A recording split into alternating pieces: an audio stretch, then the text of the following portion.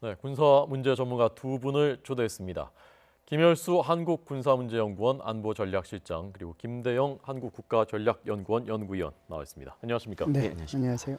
오늘 아마 서울뿐만이 아니라 세계 각국이 주목한 발언일 텐데 매티스 미 국방장관이 예. 서울을 중대한 위험에 빠뜨리지 않고 북한에 취할 수 있는 군사 옵션이 있다. 물론 기자가 물어보니까 있다라고 답한 것이긴 하지만 도대체 뭐냐 비상한 관심을 불러일으켰습니다. 자, 두 분의 견해를 먼저 듣겠습니다. 예, 뭐 한국뿐만이 아니고 전 세계에서 매티스 국방부 장관이 한 발언이 아마 토픽으로 나갔을 겁니다. 이 두 가지 차원으로 해석할 수 있는데요. 하나는 매티스 국방부 장관이 굉장히 현명한 사람이거든요. 네. 뭐 제가 볼 때는 현 시대의 아주 드문 전략가라고 보는데요. 굉장히 신중하고 생각이 깊고 군사적 옵션도 굉장히 이제 뒤로 넣어주는 그렇게 해서 만일에 뭔가 이루어지면 제2의 뭐 한반도 전쟁은 뭐 이거 불을 보듯 뻔하다라고 쭉 주장해 왔던 사람이 네네. 이제는 이제 대북 군사 옵션을 입에 올린다는 것 자체가 하나의 이슈가 됐고요. 두 번째는 앞에 전제 조건이잖아요. 그러니까 서울을 위험에 빠뜨리지 않고도 선택할 수 있는 군사적 옵션이 이 앞부분의 전제 조건 때문에 그러는데요. 네네.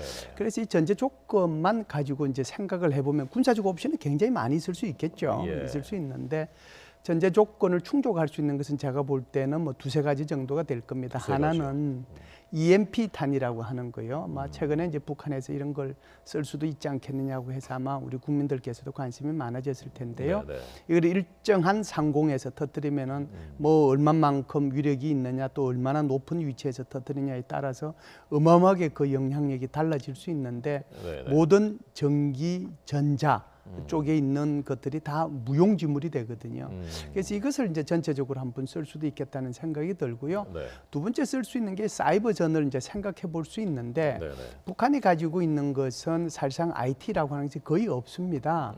거의 없고 뭐 아주 낮은 수준의 그런 IT 기술밖에 없기 때문에 사이버전을 쓴다고 하더라도 한계가 있다라고 저는 보고요. 세 번째 이제 고려할 수 있는 것이 바로 레짐 체인지라고 할 수 있습니다. 그래서 네. 가장 이제 가능성이 있는 것이 제가 말씀드린 EMP 탄을 통해서 북한 전체를 무력화시킨 후에 전기 전자 차원에서 뭐 이것 이렇게 되면 서울을 위험에 빠뜨리지 않는 군사적 옵션이 될 수도 있을 거고요. 네. 세 번째 말씀드린 레짐 체인지를 하게 되면 그것도 서울이 뭐 군사적인 소위 말해서 예방 공격이나 선제 공격처럼 그렇게 그 정도에 대응하는 그런 반발은 없을 것으로 보이기 때문에 네. 제가 볼 때는 그 두 가지가 가장 그래도 가능성이 있는 시나리오이지 않겠는가 예. 그런 생각을 합니다. 자, 그러면 그 EMP 공격하고요. 그다음에 레짐 체인지. 네네. 여기에 대해서 구체적으로 좀 제가 좀 더 여쭤보고 그렇죠. 싶은 게 있고요. 네네. 그 전에 우선 김 의원님은 어떤 것들 생각하셨습니까? 매티스 국방장관 같은 경우에는 사실 그 미국의 국방장관 가운데 가장 특이한 경력을 가진 장관이라고 할 수 있겠습니다. 특히 이제 미 해병대에서 오래 군 복무를 했고, 그다음에 9.11 테러 이후 일어난 그 미국의 대테러전, 아프간전과 이라크전에 다 참전했던 경험이 있습니다. 그러니까 얼마 전까지도 사실상 그런 군인의 삶을 살아왔고요. 그다음에 덕장, 지장으로도 이제 알려져 있는데. 그동안 사실 발언들을 보면 이 군사적 옵션에 대해서 굉장히 이제 신중한 발언들을 했거든요.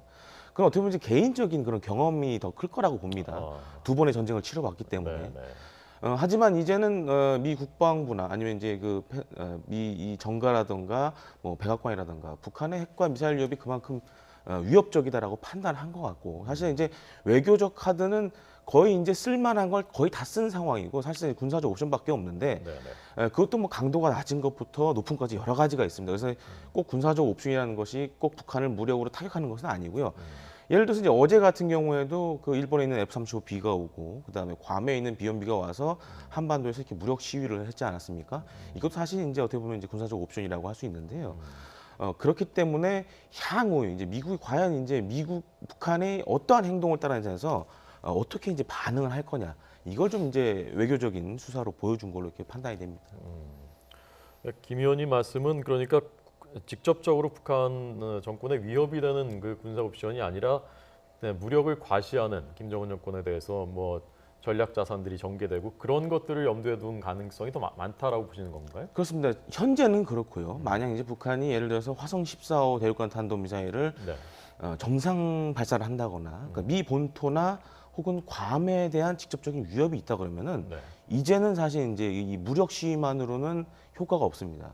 그말로 미국 입장에서도 북한을 정말 진지하게 타격을 해야 되느냐 네. 이제 고민할 시기가 예. 올 수도 있거든요. 그렇기 때문에 오늘 발언은 솔직히 좀 그런 걸 염두에 둔 것으로 이렇게 생각이 그 됩니다. 구체적인 걸 어떤 거를 염두에 두었다고 보시는 겁니까? 예를 들어서 이제 그 북한을 이제 직접 공습하는 방법이 있겠죠. 그래서 그 북한의 핵과 미사일 시설, 단순히 근데 핵과 미사일 시설만 타격한다고 해서 이게 문제가 해결되는 건 아닙니다. 네. 왜냐하면은 북한 같은 경우에는 다른 나라와 달리 이제 독재 국가이고 사실 공산주의도 아니고 사회주의 국가도 아닙니다. 그리고 시스템 자체가 김정은 한 명에 맞춰져 있거든요. 그렇기 때문에 김정은을 죽이지 않는 이상 잘못했다가는 미국이나 혹은 우리나라, 일본에 그런 북한의 핵을 장착한 미사일이 떨어질 수가 있거든요. 그렇기 네. 때문에 참수 작전을 포함해서 그야말로 그런 북한의 대량 살상 무기, 그 다음에 휴전선 인근에 있는 북한의 장사 정포까지 제거하는 예. 그런 다양한 사실 군사 작전이 지금 고려될 거로 생각됩니다. 네. 자, 그 부분 참수작전과 동시에 직접 수도권 위협하는 장사정포를 제거하는 그런 것이 고려될 수 있다. 그 부분 좀 구체적으로 여쭤보겠습니다. 아니 먼저 예, 알겠습니다. 하고요. 예. 기다리셨습니까? 네네. 자, 그래서 지금 EMP탄하고 예.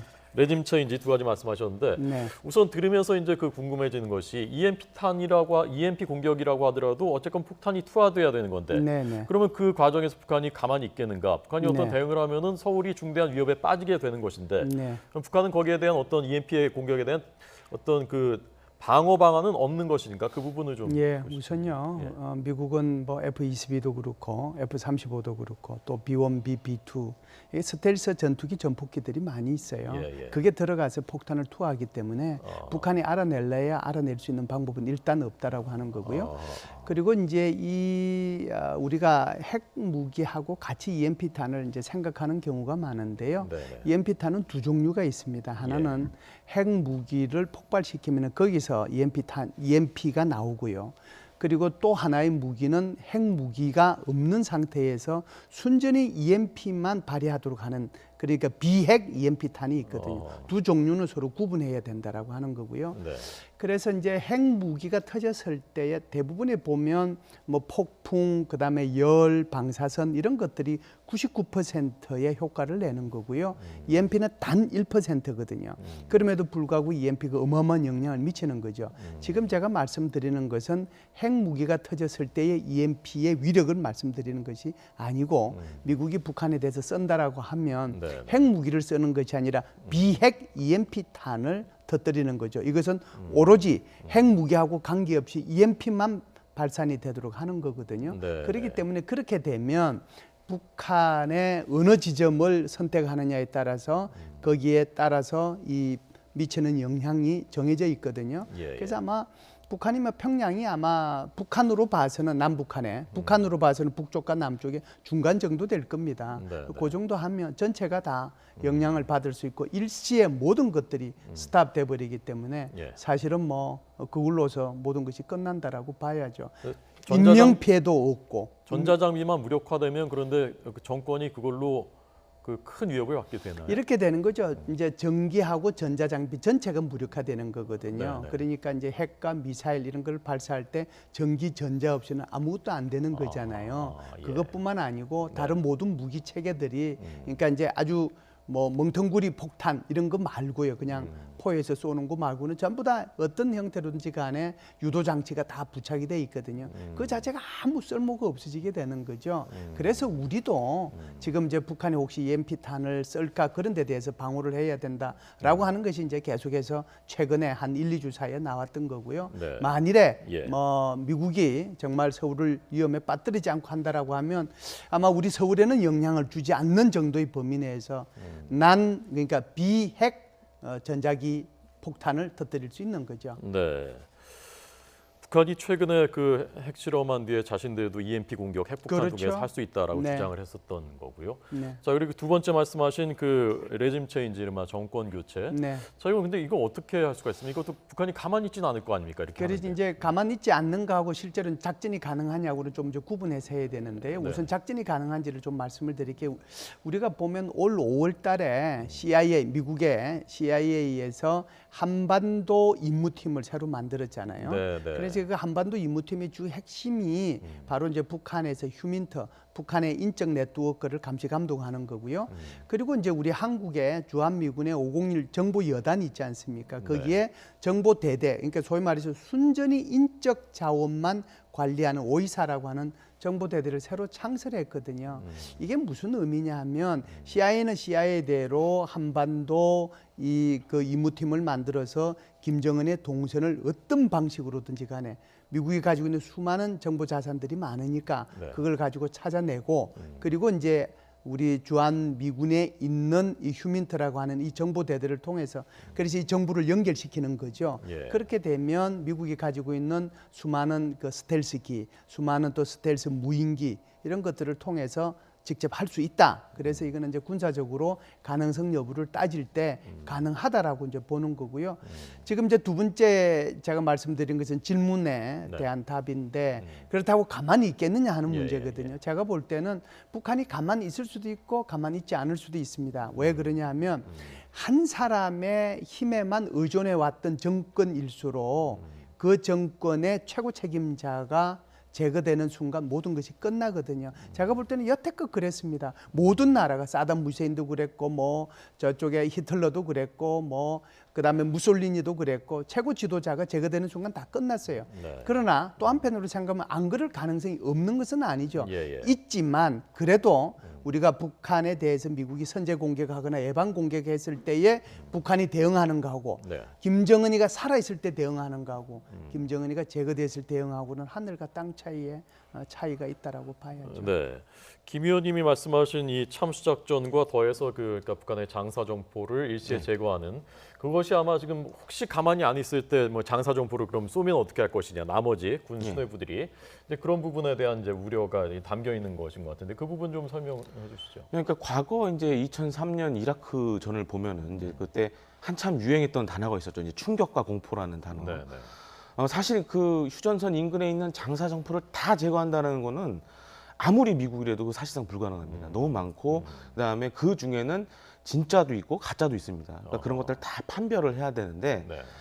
그래서 가장 좋은 방안은 사실 북한이 핵이라든가 미사일, 장사정포 쓰기 전에 평양에 있는 당정군 그리고 김정은을 조속히 제거하는 방법이 가장 좋습니다. 그렇기 때문에 과거 이라크전에서도 보시겠지만 48시간 내에 크루즈 미사일, 그다음에 각종 정밀 유도 폭탄을 사용해서 이라크도 그런 당정군을 무너뜨렸거든요. 그리고 이제 사담 후세인은 계속 도망을 다녔고, 그렇기 때문에 제대로 된 이제 지휘를 할 수가 없었습니다.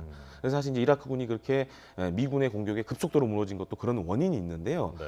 그렇기 때문에 만약에 미국이 군사적 옵션, 즉 북한을 타격한다라는 목표를 세웠을 때 가장 중요한 거는 평양을 어떻게 이제 마비를 시키느냐가 가장 중요합니다. 거기는 뭐 EMP도 있을 수 있고요, 아니면 뭐 정밀 유도 무기도 당연히 들어갈 수 있는데요. 다만 이제 미국이 가지고 있는 EMP는 그러니까 비핵 EMP라고 하는데 이것은 이제 어느 특정 지점, 특정 건물을 마비시키는 기능을 가지고 있지.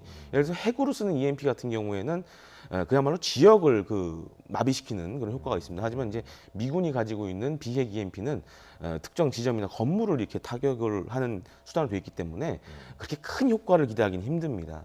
그래서 물론 이제 북한에 대한 그런 충격과 공포가 이루어진다라면은 그런 비핵 EMP와 더불어 뭐 토마호크 순항 미사일이라든지 아니면 제이담과 같은 것을 대량으로 사용해서 사실상 북한이 군사적 의지를 보여낼 수 없을 정도로 완전히 이렇게 소멸시켜야 되거든요. 그런 방법밖에는 사실 없다고 이렇게 보여집니다. 네. 그런데 이제 48시간 동안 충격과 공포 작전이 48시간이라고 하는데 그런데 4시간만 있어도 북한은 반격할 수 있는 거기서 여지가 있을 수 있는 거고 게다가 이라크는 핵무기가 없었지만 지금 북한은 핵폭탄을 갖고 있는데 만약이라도 핵폭탄을 그러면 뭐 죽기 살기로 해서 발사를 한다면 그러면 이제 그런 부분이 제일 우려하는 부분이지 않습니까? 그렇죠. 특히 우리로서는. 그래서 이제 지금 뭐 제가 말씀드린 건 이제 우리나라에 관련된 작전 계획으로 이제 5015가 있지 않습니까? 네. 작전 계획 501호 이제 북한의 남침에 대비해서 우리가 한미 연합이 어떻게 한반도에 작전할 것이냐. 그 작전 계획 외에 이제 미군, 그러니까 미 본토에서 이제 할 수 있는 게 작전 계획 8010이라는 것이 있습니다. 이거는 북한이 만약에 핵을 발사할 징후가 보이거나 아니면은 우리나라에 대해서 핵 공격을 했을 경우 보복을 하는 예. 그 작전 개념인데 이 계획 안에는 미국이 가지고 있는 확장 억제, 즉 전략핵, 전술핵 그런 핵무기들이 다 포함이 됩니다. 그래서 재래식으로 만약에 북한을 타격을 한다 그러면은 사실 네. 표적도 너무 많고 예. 그런 문제가 있죠. 만약 김정은이 살아서 북한의 핵과 미사일을 가동해서 우리를 타격한다든가 미국을 타격한다든가 그런 일이 생길 가능성이 좀 있지 않습니까? 네. 네. 하지만 이제 핵을 쓰면 사실상 북한의 모든 거의 영토가 사실상 사실 뭐 게임 오버가 되는 거기 때문에 북한으로서도 더 이상 반격을 할 수가 없고 그렇기 때문에 지금은 아마 이제 미국의 그런 펜타곤에서 그런 정도까지 생각을 하고 있지 않을까 이렇게 조심스럽게 추정을 해봅니다. 네. 그게 지금 중요한 것은요. 서울을 위험에 빠뜨리지 않고 쓸 수 있는 군사적 옵션 이게 핵심이잖아요. 네, 네. 핵심인데 충격과 공포를 뭐 48시간을 하든 뭐 12시간을 하든 그 자체는 결국은 북한에 대한 예방 공격이든 선제 공격이든 공격이 되는 거잖아요. 여기에 대해서는 북한의 반발은 뭐 불을 보듯 뻔한 거고요. 두 번째는 이제 DMZ 상에 있는 이제 우리 수도권을 향할 수 있는 것이 장사정포가 한 350문 정도 되거든요. 네. 350문 되는데 그걸 예를 들어서 제거를 한다라고 하면은 뭐 북한이 가만히 있을 리가 없죠. 그래서 제가 볼 때는 매티스가 한 전제 조건, 그러니까 서울을 위험에 빠뜨리지 않고 여기에 방점을 좀 두었을 경우에는 그래도 EMP하고 김정은 제거가 그래도 지금 고려해 볼 수 있는 또 제가 모르는 또 다른 작전이 있을 수 있지만 네, 네. 그래도 제가 상상해 볼 수 있는 가장 적합한 그런 군사 작전이 아니겠는가 생각을 합니다. 네. 폴라이언 하원 의장이 얼마 전에 그 미국 정보 국방 당국으로부터 대북 옵션들 보고받고 다양한 옵션들이 준비되고 있는 것에 대해서 본인이 뭐 감명받았다라는 표현을 했는데 지금 이제 몇 가지 가능성들을 우리가 상정을 해봤고요. 예. 밖에 혹시 좀 덧붙이실 말씀 있으면 마지막으로 두 분 한 말씀 부탁드립니다. 예를 들어서 이제 북한에 대한 뭐 군사적 옵션 중에는 사실 지금 이제 무력 시위도 있지만은 그야말로 해상 봉쇄도 있습니다. 그러니까, 해상 봉쇄. 그러니까 북한 해역 주변에서 미 해군의 이런 함정들이 북한으로 선박을 못 들어오게 막는 방법도 있고요. 네. 그다음에 그 북한의 그런 미사일 발사를 제재하기 위해서 일종의 공역을 제한을 둬서 거기서 뭐 전투기를 초계를 한다던가 이런 수단들도 사실 아직은 남아 있습니다. 그래서 본격적으로 북한을 타격하기 전에는 아마 그런 수단들을 동원해서 최대한 이제 북한을 압박하려고 할 걸로 보여집니다. 선박을 통해서 물자 수출입되는 물량이 많나요, 북한에? 제한적이지만은 사실상 이게 상징적인 효과가 있거든요. 거기서. 네. 그러니까 과거 이제 쿠바 위기 때도 보시면 아시겠지만은 당시 이제 소련의 그런 IRBM을 실은 선박을 미 해군 군함들이 가서 이제 막고 했거든요. 그러면서 이게 자칫 잘못하면 전쟁의 도화선이 될 수 있겠구나. 이제 소련도 그렇게 생각을 했고 미국의 그런 이제 군사 조치가 한반도에서 진행될 가능성도 뭐 없지는 않다고 보여집니다. 네. 자, 예, 헤일리 대사가 한 말을 우리는 좀 깊이 생각을 해봐야 되는데요.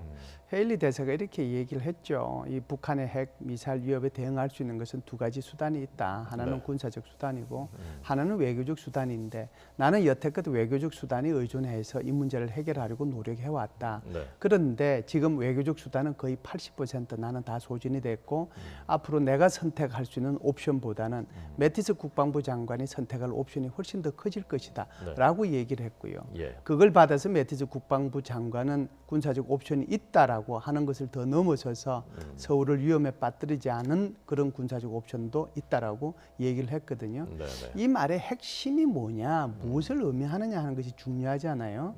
이 말은 미국의 소위 말해서 외교적 수단이 지금 거의 소진돼서 바닥을 드러내고 있다는 거고 점점 군사적 옵션으로 옮아갈 가능성이 더 농후해지고 있다라고 하는 건데요. 이런 사실을 김정은이가 빨리 좀 깨달았으면 좋겠다는 생각을 합니다. 네, 자, 니키 헤일리 유엔 주재 미국 대사의 발언을 말씀하신 것입니다. 지금까지도 그랬듯이 결국 결정적인 그 뭐 열쇠 어느 방향으로 가느냐의 결정적인 키는 북한이 쥐고 있다. 두 발의 수위를 더 높이느냐, 여기서 더 나아가느냐라는 그렇죠. 부분일 것입니다. 그것을 막겠다는 의미도 있는 것 같고요.